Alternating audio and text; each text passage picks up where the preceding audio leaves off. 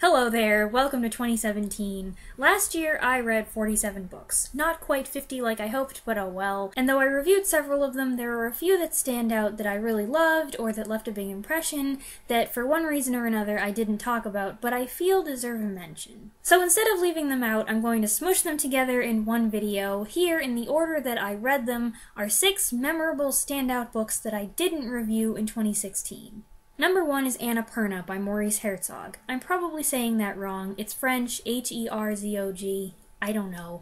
This is one of my mountain books. It's the true story of the 1950 French expedition to be the first to summit an 8,000-meter peak in the Himalayas. This detailed account takes you through the difficulties of reading unreliable maps, cutting paths through snow and ice and uncharted territory, and dealing with the disappointments of weather and high-altitude sickness. His description of the moment at Annapurna's peak is breathtaking, but of course, once you get to the top of the mountain, then you have to worry about making it back down, and so what follows is a gripping, harrowing account of the descent, full of, some really grody details. It's got one of the most disgusting excerpts right here on the back, and I'm not going to read it out loud because, it's real. So if you like mountain climbing adventures, mountain disasters, cold weather survival, anything like that, this is a classic.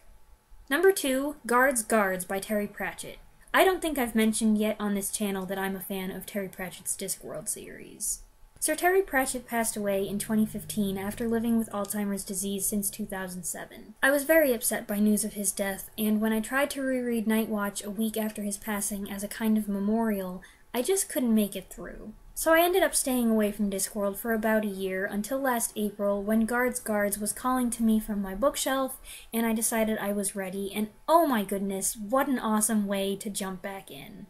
Guards is the 8th book in the series, not that order matters much, and it is the first of the City Watch books within the series, which means that it is the introduction of one of my favorite Discworld characters, Sam Vimes. Either it's one of the best, or my time away helped me delight in Pratchett's hilarious style even more, or maybe it's both. Whatever the reason, I loved it, and it's one of my favorites so far.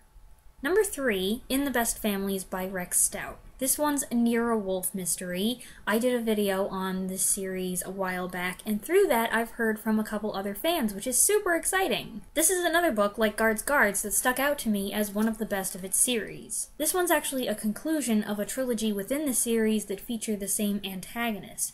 I have not yet read the first 2 books in that trilogy, though I got the first one for Christmas, but I don't think that took away from my enjoyment of this at all. The things that Nero Wolfe and Archie Goodwin get up to in this one blew me away. So many crazy twists and turns. I'm not going to say a single thing about the plot, because it's better that way. The bottom line is, if I was at all wondering if my ardor for Wolfe and Goodwin had cooled, which I wasn't, this removed all doubt. I loved it. It was one of my favorite reads of the year.